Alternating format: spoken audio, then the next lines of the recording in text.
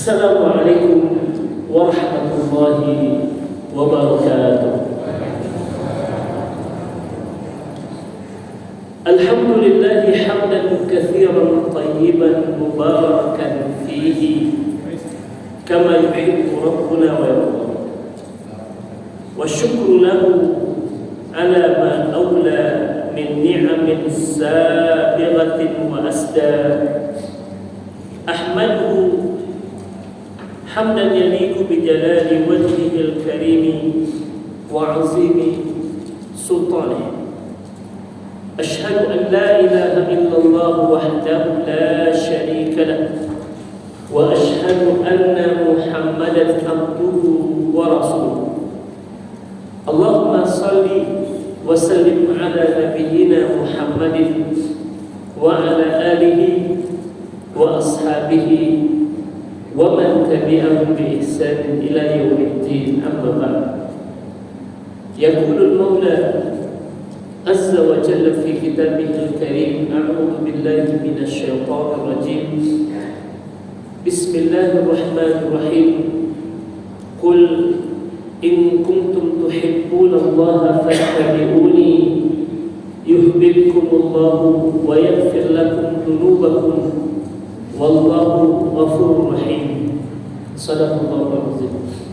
Kaum muslimin dan muslimat rahimani wa rahimakumullah. Kita bersyukur kepada Allah Subhanahu wa taala di subuh hari ini, sebab dengan nikmat Allah Subhanahu wa taala tersebut menjadi paripurna ketaatan kita kepada Allah Subhanahu wa taala. Tanpa nikmat dari Allah, tanpa izin dari Allah, tanpa pertolongan dari Allah Subhanahu wa taala, bagi kita sebagai makhluk yang berstatuskan la haula wala quwwata illa billah, tidak ada daya dan kekuatan kecuali semuanya datang dari Allah Subhanahu wa taala.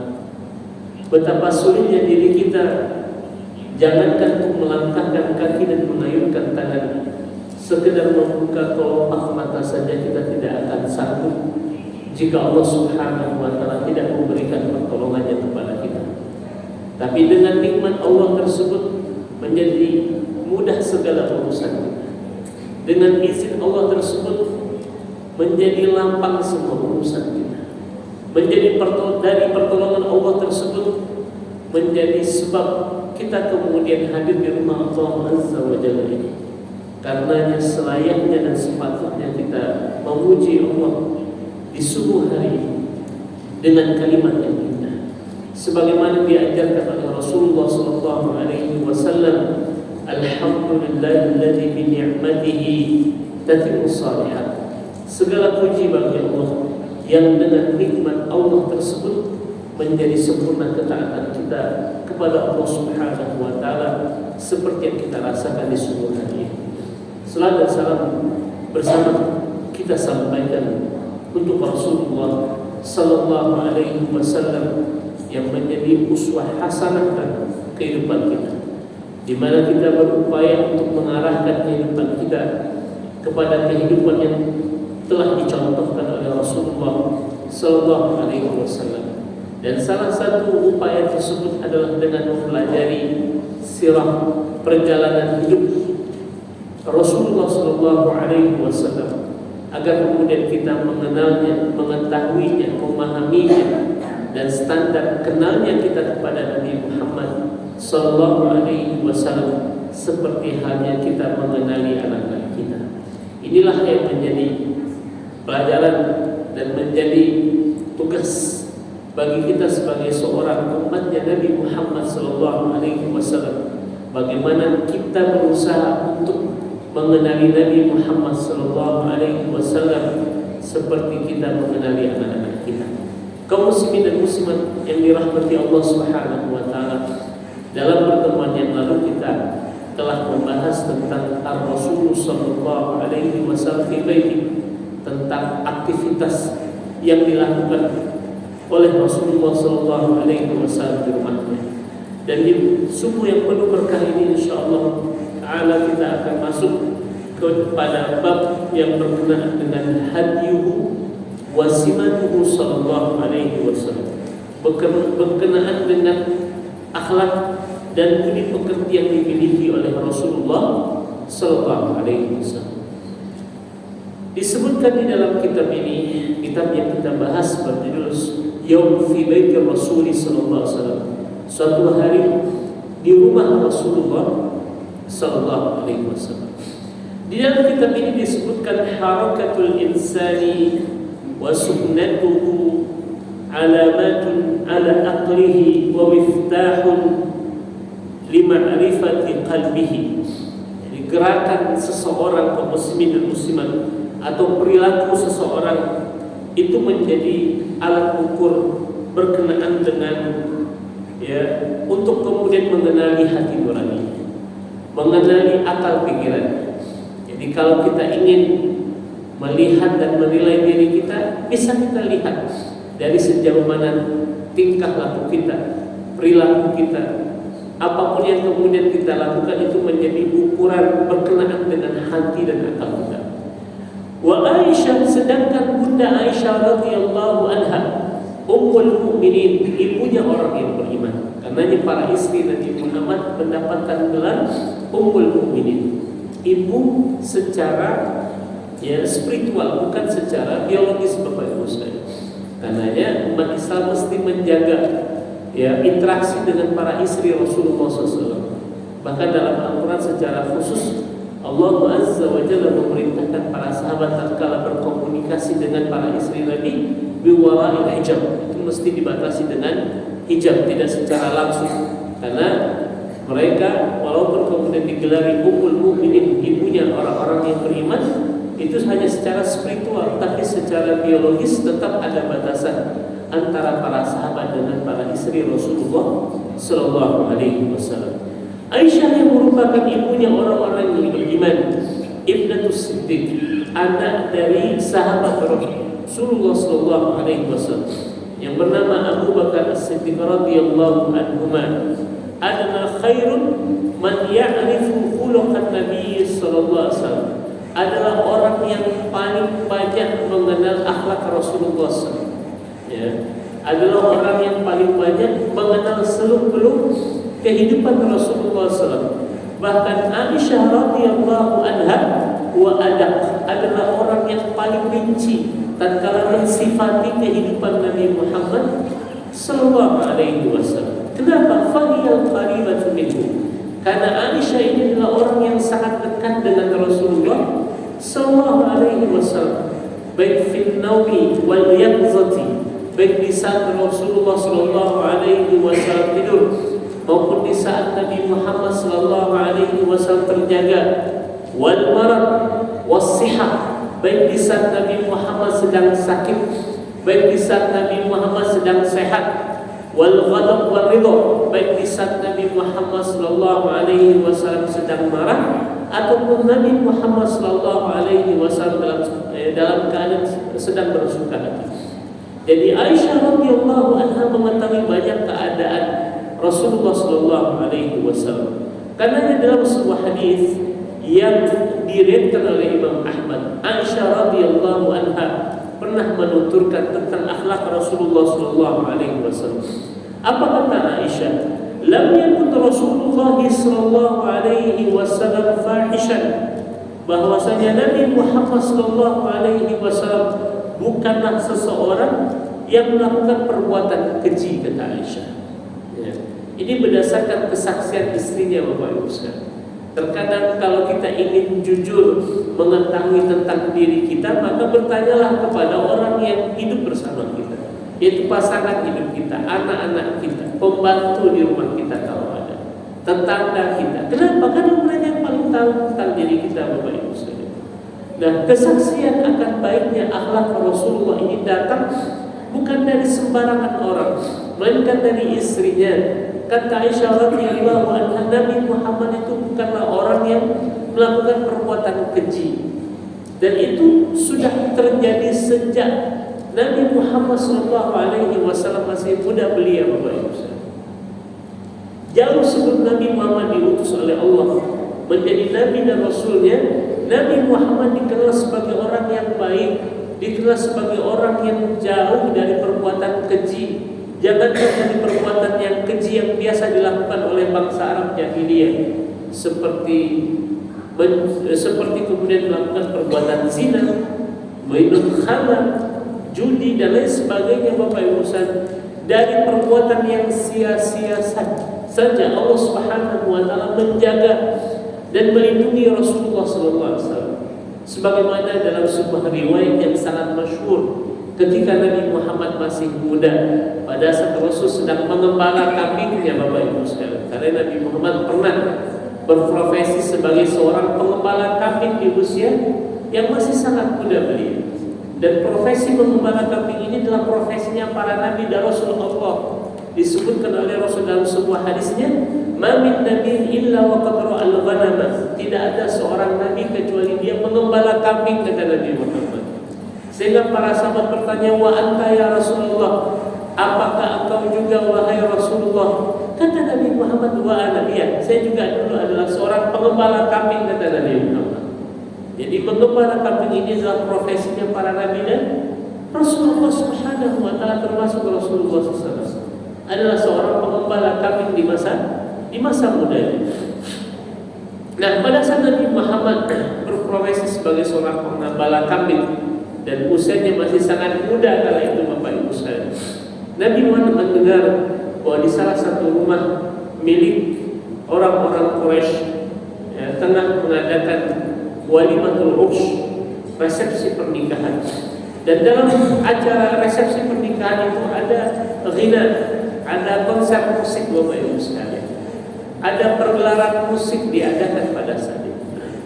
Nah, Nabi Muhammad yang masih muda belia kala itu ingin mengetahui tentang pergelaran musik tersebut. Sehingga di malam harinya Nabi Muhammad SAW ingin menghadiri resepsi pernikahan tersebut, karena Nabi Muhammad ingin menghadiri pergelaran musik tersebut. Tapi apa yang terjadi, Bapak Ibu sekalian? Allah Subhanahu wa taala jadikan Nabi Muhammad mengantuk sejadi-jadinya, mengantuk berat, Bapak Ibu sekalian. Sehingga Nabi Muhammad tertidur, fama ayqadahu illa harru syamsi, dan tidak ada yang membangunkan Nabi Muhammad kecuali terik matahari di keesokan paginya. Jadi Nabi Muhammad baru terbangun di keesokan harinya. Artinya Nabi Muhammad melewatkan malam hari itu dengan tidur pulas, Bapak. Dan itu terjadi selama 3 malam. Sehingga Nabi Muhammad mengambil kesimpulan bahwa ini tidak baik. Sehingga kemudian Allah Subhanahu wa taala hindarkan dia dari kesia-siaan. Jadi jangankan dari perbuatan yang keji, Bapak Ibu sekalian, dari perbuatan yang sia-sia saja Allah Subhanahu wa taala menjaga dan melindungi Rasul. Karena Nabi Muhammad tidak pernah bermain judi seperti hal yang dilakukan oleh orang-orang Arab jahiliyah, tidak pernah minum khamar, di saat khamar menjadi bagian dari kehidupan mereka. Dan kita tahu pengharaman khamar itu ketika Nabi telah hijrah ke kota Madinah, bukan di kota Mekah Al-Mukarramah, melainkan di kota Madinah, Bapak Ibu sekalian. Dan itu pun melewati beberapa tahapan, sehingga Allah Subhanahu wa taala mengharamkan secara mutlak minuman khamar itu setelah melewati beberapa tahapan. Kenapa?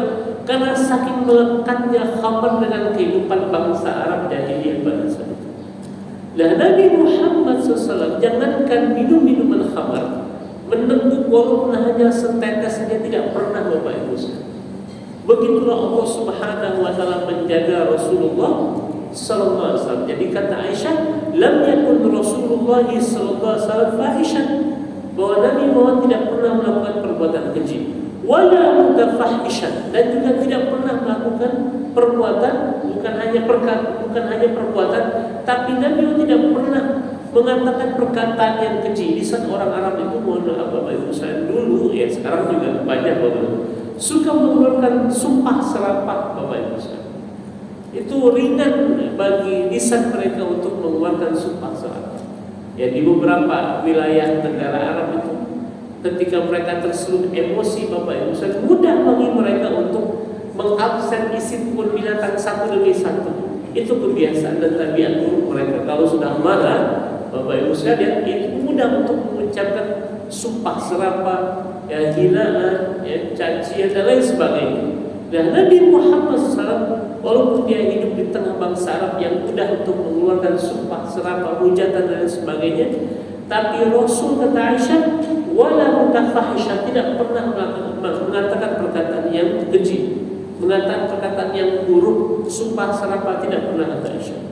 Wala sakhaban fil aswaq, Nabi Muhammad juga tidak suka berteriak-teriak di mana, di pasar. Jadi walaupun Nabi Muhammad juga berdagang, melakukan aktivitas perniagaan, tapi Nabi Muhammad, kata Aisyah radhiyallahu anha, tidak suka berteriak-teriak di pasar. Ya. Wala sakhaban fil aswaq, wala yajzi bis sayyi'ati as-sayyi'ata. Nabi Muhammad tidak pernah membalas keburukan dengan keburukan, tidak pernah. Sekalipun Nabi Muhammad dihina, dicaci, dimaki, ya, dan lain sebagainya, Bapak Ibu sekalian, Rasul, kata Aisyah, tidak pernah membalas keburukan dengan keburukan. Ini menunjukkan bahwasanya yang mendikte diri Rasulullah itu adalah Allah Azza wa Jalla. Maka dalam sebuah hadisnya Nabi Muhammad bersabda, wa ahsin ila man asa'a ilaika, dan berbuat baiklah engkau kepada orang yang berbuat jahat kepadamu. Ini hadis dari Nabi Muhammad, wasiat dari Rasulullah. Jangankan membalas keburukan dengan keburukan, justru Nabi Muhammad mewasiatkan kepada kita, wa ahsin ila man asa'a ilaika, dan berbuat baiklah engkau kepada orang yang berbuat jahat kepada Allah. Subhanallah. Ini sebuah prinsip kehidupan yang diajarkan oleh Rasul kepada kita. Karenanya yang mendikte diri kita ini adalah Allah, bukan perilaku orang-orang yang ada di sekitar kita, Bapak Ibu. Jangan sampai ketika orang berbuat buruk kepada kita, kemudian kita berbuat keburukan juga kepada orang lain. Tidak, Bapak Ibu. Justru wasiat Nabi Muhammad adalah berbuat baiklah engkau kepada orang yang berbuat jahat kepada engkau. Dulu ada seorang ulama yang bernama Imam Ahmad atau Imam Abu Hanifah, saya lupa, di antara kedua dari ulama tersebut. Ya. Jadi salah seorang dari dua ulama ini pernah diundang oleh tetangganya untuk datang ke rumahnya. Jadi dia dipanggil ke rumah tetangganya, datanglah ya ulama ini. Sampai di rumah tetangganya, ternyata tetangganya hanya memuji kesabaran dari ulama ini. Jadi sampai di rumahnya, tetangganya ini kemudian mengatakan, sudah, saya tidak membutuhkan, kau pulanglah. Ini pulanglah ulama ini. Untuk kedua kalinya dia dipanggil oleh tetangganya, dia datang, Bapak Ibu sekalian, sampai di rumahnya disuruh pulang kembali. Sampai ketiga kalinya, Bapak Ibu sekalian, tetangganya ini mengundangnya untuk datang ke rumahnya, namun setelah sampai di rumahnya disuruh pulang lagi. Maka heranlah tetangganya ini karena tidak ada raut kekesalan sedikit pun dari wajah ulama ini. Bertanyalah tetangganya, kenapa kau tidak merasa ya sakit hati, kecewa, kesal atau marah dengan sikapku yang telah ya mempermainkan kau? Kata ulama ini, aku senang melaksanakan perintah Allah Subhanahu wa taala tatkala aku bisa berbuat baik dengan tetanggaku, kata dia. Subhanallah. Jadi walaupun tetangganya mencoba untuk mempermainkannya, dia tidak masalah, Pak, karena urusannya dengan Allah. Dan Allah Subhanahu wa taala mewasiatkan kepada kita untuk berbuat baik kepada tetangga, dan ini adalah caranya untuk berbuat baik kepada tetanggaku, kata ulama ini. Subhanallah. Itu menunjukkan bahwa yang mendikte dirinya adalah Allah Subhanahu wa taala, bukan karena perilaku orang-orang yang di atas sekitarnya. Dan itu juga yang dimiliki oleh Rasulullah sallallahu alaihi wasallam, bahwa yang mendikte dirinya adalah Allah Subhanahu wa taala. Karenanya kata Aisyah, Rasul tidak pernah membalas keburukan dengan keburukan, akan tapi apa? Walakin ya'fu wa yasfah. Akan tetapi Nabi Muhammad ini lebih cenderung memaafkan dan melapangkan hatinya. Itu kebiasaan yang dimiliki oleh Rasul. Dan ini menular kepada para sahabat, terutama kepada Abu Bakar As-Siddiq radhiyallahu anhu, yang pernah juga mengalami satu peristiwa yang membuat dia kecewa dengan seorang sahabat yang bernama Mistah bin Adhan. Jadi ceritanya, dulu Abu Bakar As-Siddiq pernah mengalami ujian, ya, terutama bagi putri yang bernama Aisyah radhiyallahu anha, istri Nabi Muhammad, pernah difitnah, Bapak Ibu, pernah dituduh. Tuduhannya juga tidak main-main. Apa tuduhannya? Berselingkuh dengan seorang sahabat Nabi yang bernama Safwan. Jadi karena satu peristiwa dan kejadian, orang-orang munafik yang ada di kota Madinah memanfaatkan peristiwa itu untuk mencemarkan nama baik Bunda Aisyah radhiyallahu anha, sehingga mereka menuduh Aisyah telah melakukan perbuatan yang tidak senonoh dengan seorang sahabat namanya Safwan, Bapak Ibu sekalian. Nah, Nabi Muhammad SAW saat itu betul-betul dalam kebimbangan. Di saat Rasul yakin bahwa istrinya tidak akan melakukan perbuatan nista. Tapi apa dikata? Isu dan fitnah sudah tersebar di mana-mana. Nah, Abu Bakar As-Siddiq sebagai seorang ayah juga sangat bersedih hati karena putri yang begitu sangat dicintainya, ya. Anak yang kemudian dibanggakan oleh Abu Bakar As-Siddiq radhiyallahu anhu difitnah, Bapak Ibu, dituduh dengan tuduhan sangat keji, Bapak Ibu. Nah, salah satu yang ikut berbicara tentang persoalan Aisyah ini namanya Mistah bin Athatha. Padahal Mistah bin Athatha ini sahabat Rasul yang bernama Mistah ini adalah orang yang kehidupannya selalu dibantu oleh Abu Bakar secara ekonominya dibantu, Pak, oleh Abu Bakar As-Siddiq. Tapi justru dia menceritakan aib keluarga Abu Bakar As-Siddiq radhiyallahu anha. Kita sebagai seorang ayah dan manusia biasa itu pasti marah, Pak. Abu Bakar juga marah, kesal dengan Mistah bin Athatha. Mungkin dalam bahasa kita ini orang-orang ajar gitu kan. Kehidupannya kita bantu secara ekonomi, tapi justru kemudian dia menceritakan aib keluarga kita yang sebenarnya belum jelas pangkal ujungnya. Nah, sebagai bentuk kemarahan Abu Bakar menahan subsidi, tidak memberikan bantuan itu lagi kepada Mistah bin Athatha sebagai bentuk kemarahannya kepada Mistah bin Athatha. Hingga padanya Allah Subhanahu wa taala tidak membiarkan nama berita bohong ini beredar di tengah-tengah kaum muslimin. Allah Subhanahu wa taala turunkan beberapa ayat dalam surat An-Nur, di mana dalam surat An-Nur itu Allah Subhanahu wa taala menyampaikan bahwasanya berita yang beredar itu hanyalah hadithul ifki, hanyalah berita bohong, tidak benar adanya. Dan ini juga menjadi salah satu keistimewaan istri Rasul yang bernama Aisyah radhiyallahu anha, sebab beliau turun ayat, dan ayat ini dalam rangka untuk membela dirinya, subhanallah. Dan ketika nama Aisyah telah bersih dari fitnah itu, Abu Bakar belum sepenuhnya bisa memaafkan kesalahan Mistah bin Athatha. Masih menyimpan kekesalan di dalam hatinya, masih menyimpan kemarahan di dalam hatinya. Subsidi itu, bantuan itu belum lagi diberikan oleh Abu Bakar As-Siddiq radhiyallahu anhu kepada Mistah, padahal nama Aisyah sudah dibersihkan oleh Allah. Hingga akhirnya Allah turunkan sebuah ayat dalam surah An-Nur di ayat yang ke-22 yang menjadi rentetan ayat yang bercerita tentang Aisyah. Apa kata Allah Subhanahu wa taala? Wal ya'fu wal yasfahu ala tuhibbuna ayyafirullahu lakum. Kata Allah dalam ayat ini, dan hendaklah mereka memberikan maaf, dan hendaklah mereka melapangkan dada, kata Allah. Tidakkah kalian menginginkan ampunan Allah? Abu Bakar ketika mendengar ayat ini diturunkan itu merasa apa? Kalau Allah Subhanahu wa taala sedang menyindirnya itu dalam ayat ini. Dan begitulah sahabatnya kita ketika membaca Al-Quran. Bayangkan bahwa ayat-ayat itu sedang ditujukan untuk diri kita, bukan untuk orang lain, tapi untuk diri kita.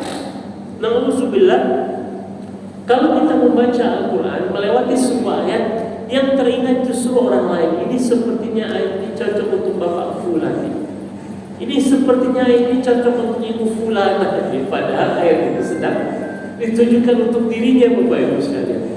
Ya, jadi Abu Bakar langsung merasa ini sindiran dari Allah untuk dirinya, sehingga kemudian Abu Bakar mengatakan, wallahi inni uhibbu ayyaghfirallahu li, demi Allah sesungguhnya aku jauh lebih suka untuk mendapatkan ampunan Allah, dan mulai detik ini saya tidak akan tahan subsidi itu kepada Islam.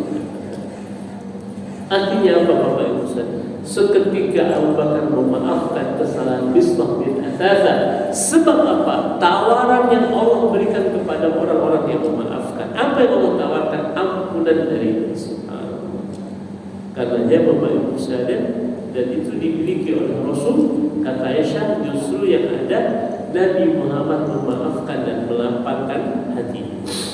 Wa hadha khuluqu nabiyul ummah ar-rahmah. Inilah akhlak Nabi kita, Nabi Muhammad sallallahu alaihi wasallam, yang penuh dengan kasih sayang, yang selalu memberikan petunjuk Bapak Ibu sekalian kepada umatnya. Di mana Husain, salah seorang cucu Nabi Muhammad sallallahu alaihi wasallam, pernah mensifati akhlak daripada kakeknya ini ketika dia pernah bertanya kepada Ali bin Abi Thalib, kepada ayahnya. Apa kata Husain radhiyallahu anhu?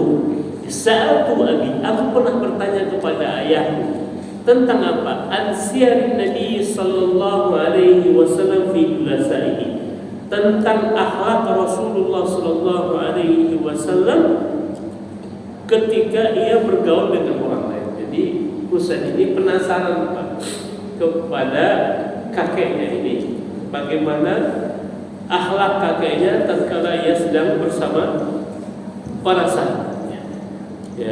Kata Ali bin Abi Thalib radhiyallahu anhu, hal pertama yang disampaikan oleh Ali bin Abi Thalib tentang akhlak Nabi Muhammad sallallahu alaihi wasallam adalah kana Nabi sallallahu alaihi wasallam daimal bashar. Nabi Muhammad, kakekmu itu wahai Husain, adalah orang yang selalu cerah ceria, selalu berseri-seri Bapak Ibu sekalian. Jadi tidak ada orang yang berjumpa dengan Nabi Muhammad SAW melainkan merasa Nabi Muhammad itu selalu kemudian tersenyum dengan dirinya. Ini salah satu akhlak Rasulullah SAW. Nabi Muhammad selalu jumpa dengan orang lain itu dalam keadaan tersenyum, wajah cerah ceria Bapak Ibu sekalian, berseri-seri. Dan dalam sebuah hadis Nabi Muhammad pernah bersabda, la tahqiranna minal ma'rufi syai'a, jangan kau remehkan, kata Nabi, jangan kau semedaikan apa itu minal ma'ruf, kebaikan-kebaikan yang datang dari Rasulullah sallallahu alaihi wasallam, sekalipun kebaikan itu syai'a, kecil dan sedikit. Kenapa? Karena kita tidak tahu kelak dari kebaikan mana Allah akan menghantarkan rahmatnya kepada kita. Bisa jadi dari kebaikan yang kecil itu Bapak Ibu, yang kalau kita lakukan karena Allah serta mahabbah cinta kita kepada Rasul, kebaikan kecil itulah yang akan menghantarkan kita kepada rahmat Allah. Dan salah satu perbuatan yang mungkin dianggap kecil oleh sebagian besar manusia adalah apa kata Nabi dalam hadisnya ini? Walau antalqa akhaka biwajhin taliqin, sekalipun walaupun hanya dengan menampilkan wajah yang berseri-seri di saat kau berjumpa dengan saudaramu, jangan remehkan senyumanmu kepada saudaramu, kata Rasulullah. Karena Nabi Muhammad SAW wasiatkan itu kepada kita. Dan Nabi Muhammad adalah orang yang daimal bashar, kata siapa? Ali bin Abi Thalib adalah orang yang selalu berseri-seri wajahnya, orang yang selalu cerah ceria, orang yang selalu tersenyum tatkala berjumpa dengan orang lain. Padahal masalah Nabi Muhammad banyak Pak. Kita kadang-kadang itu masalah banyak, pikiran banyak, itu mempengaruhi kepada raut wajah kita itu kan. Ketika ditanya kenapa Bu kok wajahnya cemberut, lagi banyak masalah Ustaz, lagi banyak pikiran Ustaz. Padahal kalau dibandingkan antara masalah kita dengan masalah Rasul, mana yang lebih banyak Pak? Ujian Nabi lebih banyak daripada kita itu. Ujian Rasul jauh lebih berat dibandingkan dengan ujian kita. Tapi seberat-beratnya ujian yang dihadapi oleh Rasul tidak membuat Nabi Muhammad bermurung Bapak Ibu sekalian wajah. Tidak membuat Nabi Muhammad kemudian menampilkan wajah yang cemberut tatkala berjumpa dengan orang lain, tidak. Justru sebaliknya, kata Ali bin Abi Thalib, kan Nabi sallallahu alaihi wasallam bahwa Rasul adalah orang yang selalu tersenyum, berwajah ceria, berseri-seri tatkala berjumpa dengan orang lain. Yang kedua dikatakan oleh Ali bin Abi Thalib, sahlul khuluq. Nabi Muhammad ini adalah orang memiliki budi pekerti yang luhur, akhlak yang baik, kata Ali bin Abi Thalib radhiyallahu anhu. Lainul jani, orangnya penuh dengan kasih sayang dan kelembutan, kata siapa? Kata Ali bin Abi Thalib. Nabi Muhammad adalah orang yang paling halus budinya.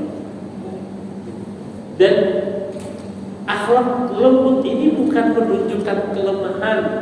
Nabi Muhammad secara fisik adalah orang yang sangat kuat, Tapi di balik kekuatan yang dimiliki oleh fisik Nabi Muhammad adalah orang yang penuh dengan kelembutan.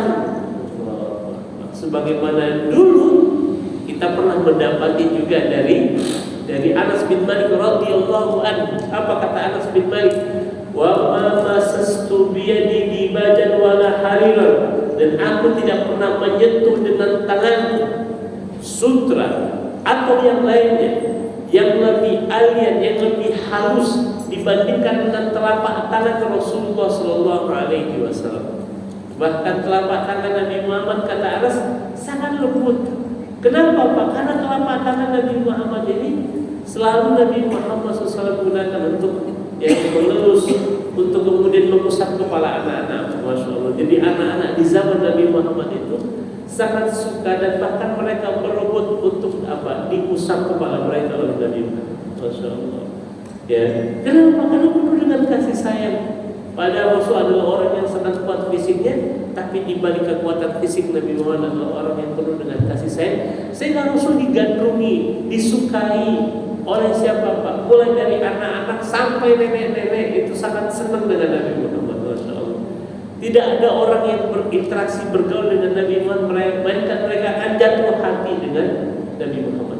Dan Allah Subhanahu wa taala sendiri yang memuji Nabi Muhammad di dalam Al-Qur'an, termaktub dalam surat Ali Imran. Apa kata Allah Subhanahu wa taala? Fabima rahmatin minallahi lintalahum, maka dengan rahmat Allah lah wahai Muhammad, Allah berlemah lembut dengan mereka. Walau kunta fazzan ghalizal qalbi, sekiranya engkau memiliki akhlak yang kasar, perkataan yang kasar, perbuatan yang kasar, kata Allah Azza wa Jalla, lam fattu min hawli, niscaya mereka itu akan melari dari engkau. Ya, niscaya mereka kemudian akan pergi meninggalkan engkau. Tapi justru dengan kasih sayang Allah, Nabi Muhammad bersikap lemah lembut dengan kaumnya, dengan umatnya. Pak, ini yang membuat Nabi Muhammad disukai oleh banyak orang. Kenapa? Karena akhlak Nabi Muhammad SAW yang penuh dengan kelembutan, lainul jadid. Kemudian kata Ali bin Abi Thalib tentang Nabi Muhammad, laisa bifazzin ghalizin. Nabi Muhammad bukanlah orang yang kasar. Ya, baik kata-katanya maupun perbuatannya tidak kasar. Wala bifazzin ghaliz. Ya, Nabi Muhammad tidak berhati yang keras, tidak bersikap yang kasar, tidak berkata yang kasar. Wala sakhab. Nabi Muhammad tidak juga suka berteriak-teriak. Pak, Nabi Muhammad kalau panggil orang dari kejauhan, itu Nabi Muhammad pasti akan mendekat kepada orang yang akan dipanggilnya. Ketika jarak antara Rasul dengan orang yang akan dipanggilnya sudah dekat, baru Rasul memanggilnya. Jadi Rasul tidak biasa memanggil orang dari kejauhan, tapi Nabi akan mendekat kepada orang yang akan diajaknya bicara. Setelah jarak antara Rasul dengan dirinya sudah dekat, baru Nabi akan memanggil. Jadi Nabi Muhammad, kata Ali bin Abi Thalib, wala sakhab, tidak suka berteriak-teriak. Wala iyab, Nabi Muhammad sallallahu alaihi wasallam juga tidak suka mencela, enggak suka. Bahkan terhadap makanan yang dihidangkan, gimana pun lah situasi, kondisi atau keadaan makanan yang ada di hadapannya, wala iyab, Rasul tidak pernah mencela makanan, tidak pernah mencela nikmat Allah, tidak mencela makhluk Allah.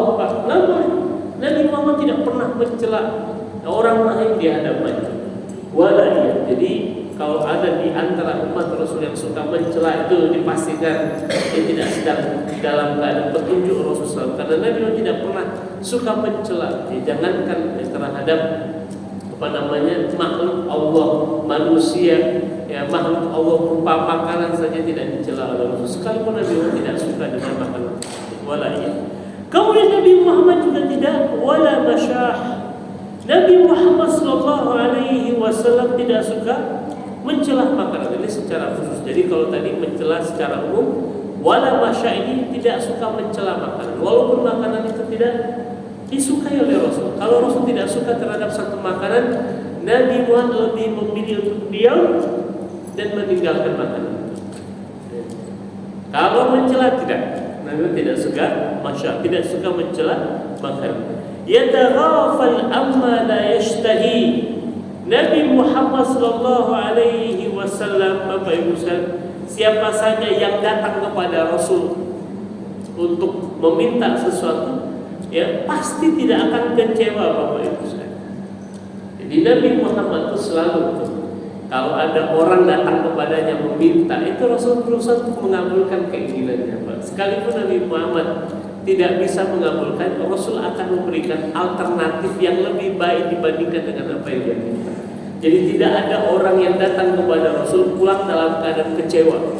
Kita tahu dulu pernah saya sampaikan, ada seorang Arab Badui datang kepada Rasul minta sesuatu.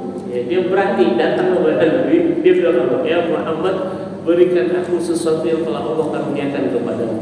Nabi Muhammad saat itu menunjuk satu lembah yang isinya kambing, Bapak Ibu sekalian. Bayangkan satu lembah isinya kambing. Kata Nabi Muhammad, apakah kau melihat kambing-kambing yang ada di lembah itu? Khud, ambillah, bawa pulang kata Rasul. Dan itu kambing Nabi, Pak, bukan kambing orang lain itu.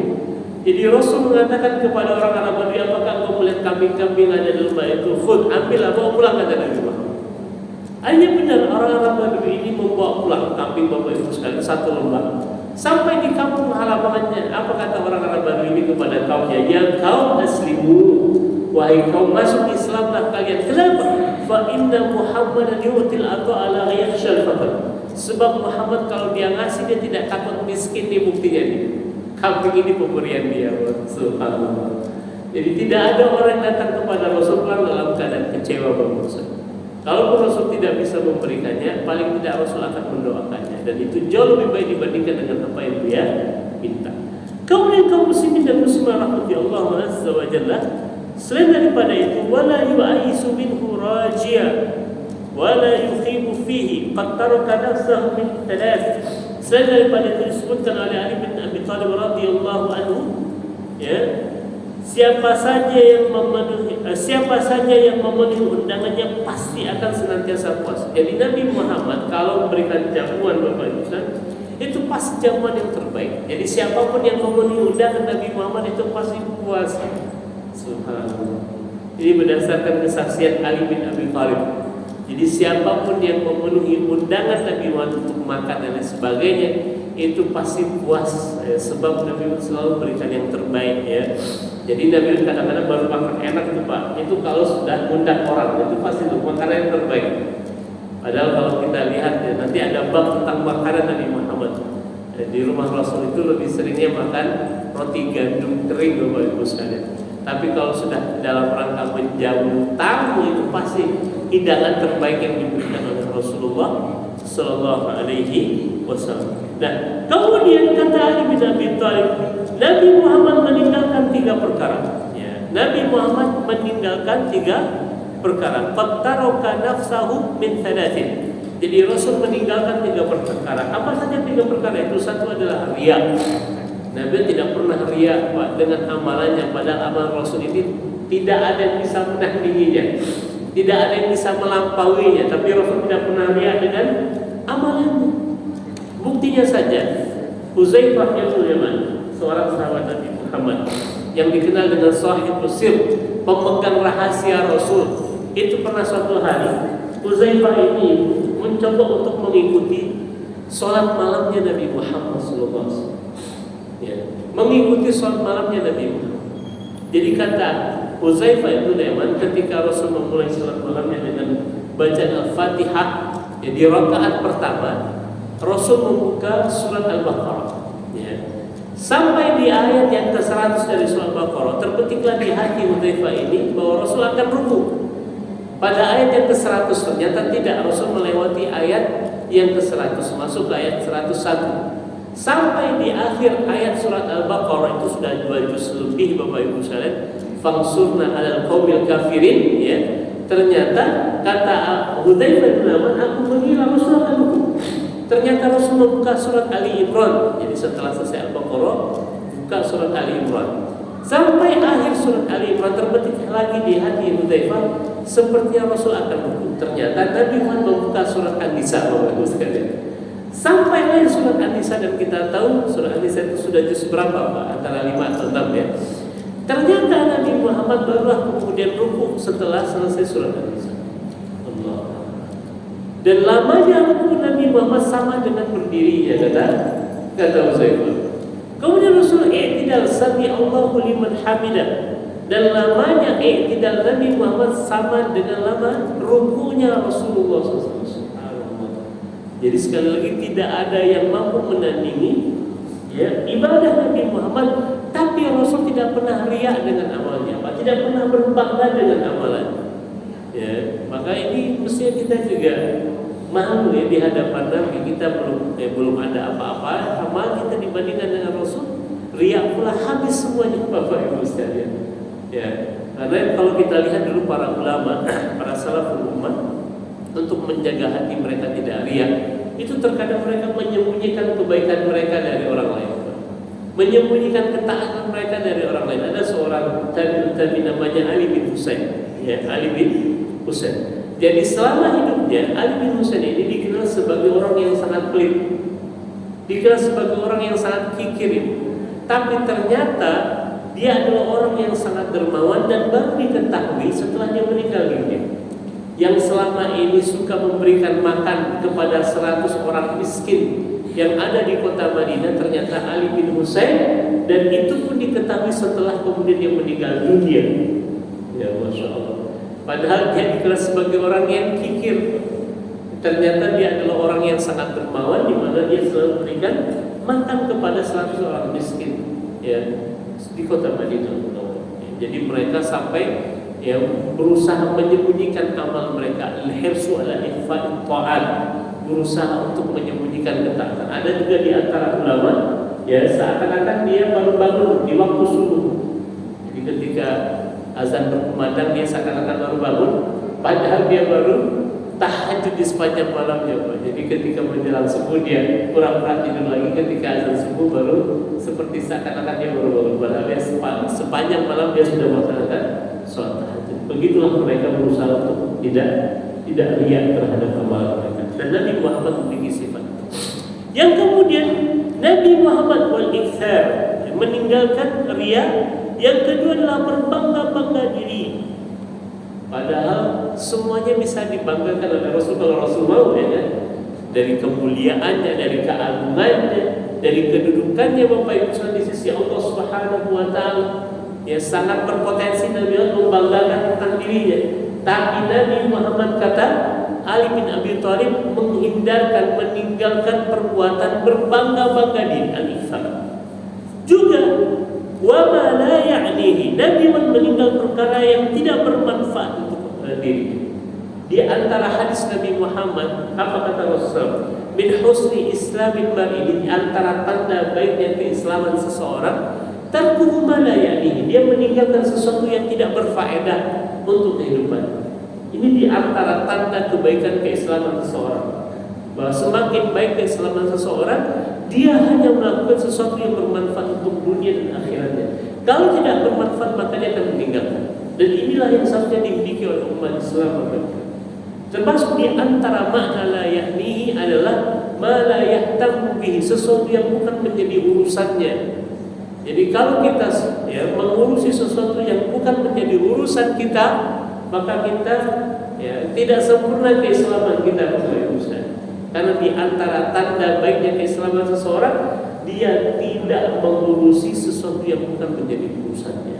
Allah Akbar. Dan Nabi Muhammad adalah orang yang ya tidak suka mencampuri urusan yang bukan menjadi urusannya. Kemudian kaum muslimin dan muslimat yang dirahmati Allah Subhanahu wa taala, wa tarakan nasa bin thalath, dan Nabi Muhammad sallallahu alaihi wasallam meninggalkan manusia dari 3 perkara. Artinya Nabi Muhammad tidak akan melakukan ini kepada manusia. Apa saja Bapak Ibu? 1, kana la yadhummu ahadan wa la yu'ibuhu.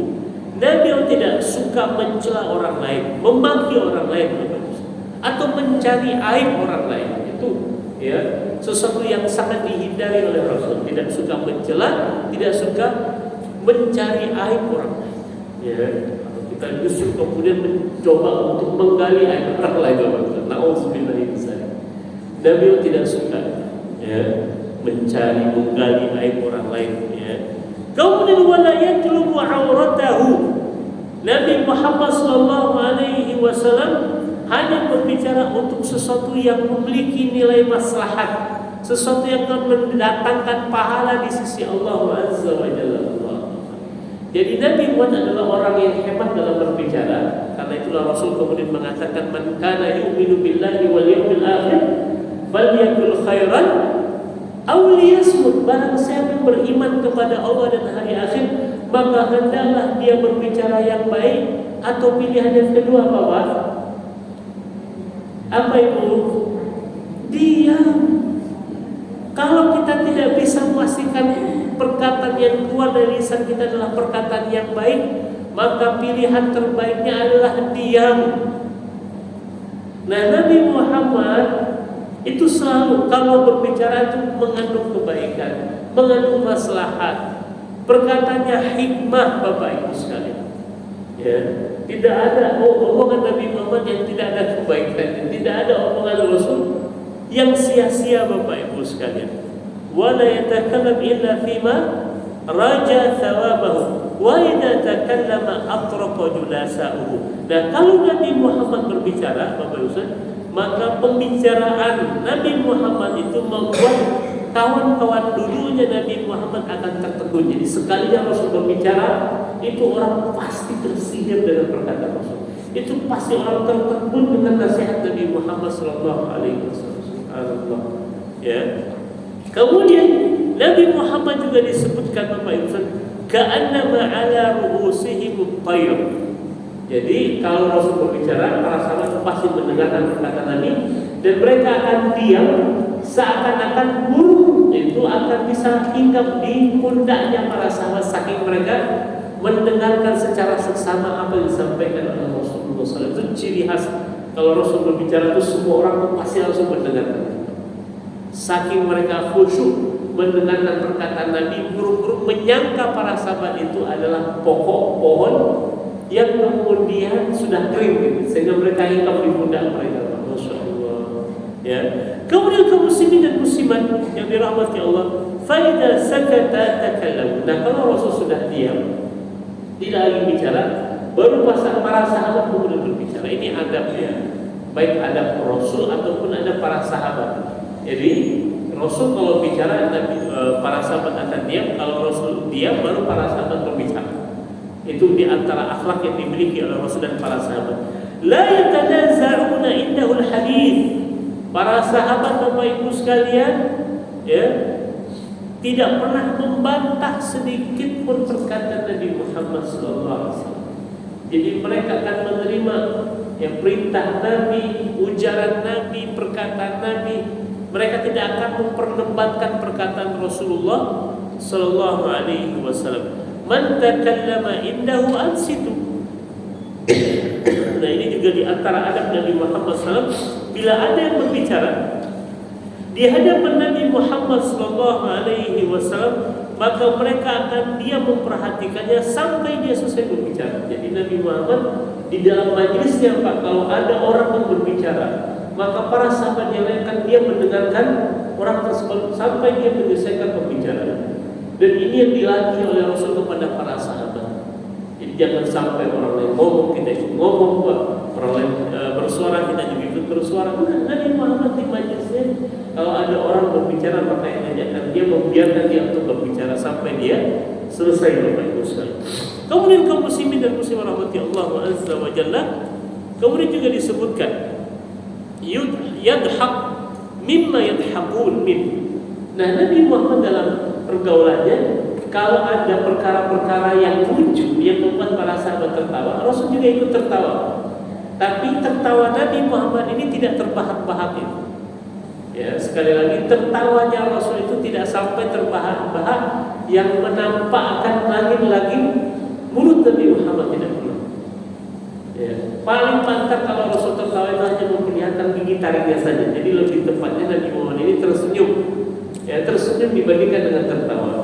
Jadi pernah ada beberapa sebab yang membuat Rasulullah tertawa. Kan para sahabat ini kadang-kadang mereka berbincang-bincang ringan di antara mereka, terutama mengenang masa jahiliyah mereka. Jadi ada seorang sahabat mengatakan begini, tidak ada seorang pun di antara kalian yang berhalanya lebih bermanfaat dibandingkan dengan berhala. Benar? Kata sahabat ini.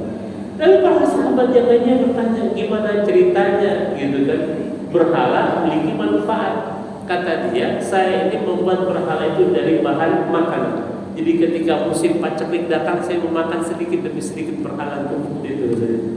Nah, mendengar perkataan itu Rasul itu tertawa. Tapi tertawa Nabi Muhammad sekali lagi itu tidak terbahak-bahak, apalagi sampai melempar perut. Enggak, Nabi kalau itu tertawa lebih dekatnya kepada senyuman. Nah, terakhir Bapak Ibu sekalian rahmati Allah Azza wa Jalla, wa yasbir lil gharibi al jaffati fi mantiqihi wa mas'alati hatta in kana ashabahu ya liyastajira lahum. Jadi terakhir Bapak kata Ali bin Abi Thalib tentang akhlak Rasulullah sallallahu alaihi wasallam, dan Nabi bersabar menghadapi orang-orang asing yang kasar ketika berbicara atau ketika bertanya kepada Nabi Muhammad SAW, ya, sehingga para sahabat itu sampai gerampak. Ada orang datang kepada Nabi, dia orang asing. Itu pernah orang dari Yaman mengancam Rasulullah SAW, ya, seakan-akan membawa surat dari Raja Persia, ingin membawa Rasul ke hadapan Raja Persia. Itu dengan penuh kesombongan dan kecongkakan datang kepada Nabi Muhammad dengan penuh kesombongan mengancam Rasul. Nabi mau tetap tenang saja, Masya Allah. Yang marah justru para sahabat, ya, yang marah justru para sahabat. Nabi justru tersenyum melihat mereka yang mengancam Nabi Muhammad. Rasul hanya tersenyum, Rasul mengatakan irji' ila rihalikum wa ya sudah, kalian balik dulu ke tempat istirahat kalian, besok datang lagi temui saya. Jadi Nabi Muhammad sallallahu alaihi wasallam itu enggak pernah sakit hati kalaupun ada orang yang kadang melampaui batas kepada dirinya, itu Rasul anggapin dengan santai aja, bukan? Tidak kemudian menyuruh emosi Rasul. Yang emosi justru para sahabat yang lainnya. Yang lebih parahnya lagi ada orang Yahudi, ya, datang kepada Nabi di saat Rasul sedang takziah dengan para sahabat ke rumah duka. Salah seorang sahabat Rasul sedang berduka cita. Jadi Nabi datang di majlis takziah, tiba-tiba ada orang Yahudi, lalu dia mengambil kerah baju Nabi dan mengatakan, "Hai Muhammad, bayar hutang." Coba sikap orang Yahudi. Rasul tenang saja. Yang geram Umar itu sudah mengeluarkan pedangnya pada di sarung. Dari sarung dia membalas, hendak menebas orang Yahudi. Kata Rasul, "Jangan wahai Umar, sebaiknya engkau katakan kepadaku agar aku bayar hutang, dan katakan kepadanya agar dia menagihnya dengan cara yang baik. Sekarang wahai Umar, bayarkan hutangku dulu dan kemudian lebihkan sebagai hadiah untuknya." Subhanallah. Itu akhlak Rasul sallallahu alaihi wasallam. Jadi Rasul tak pernah sakit hati dengan orang yang bicaranya tidak baik dengannya. Rasul santai saja menghadapi situasi-situasi yang luar biasa. Itulah akhlak Rasulullah sallallahu alaihi wasallam sebagaimana disampaikan oleh Ali bin Abi Thalib, dan masih ada beberapa lagi yang insyaallah akan kita lanjutkan dalam pertemuan yang akan datang. Semoga bermanfaat. Aku qouli hadza wa astaghfirullah li wa lakum. Subhanallah wa bihamdika asyhadu an la ilaha illa anta astaghfiruka wa atubu ilaik. Assalamualaikum warahmatullahi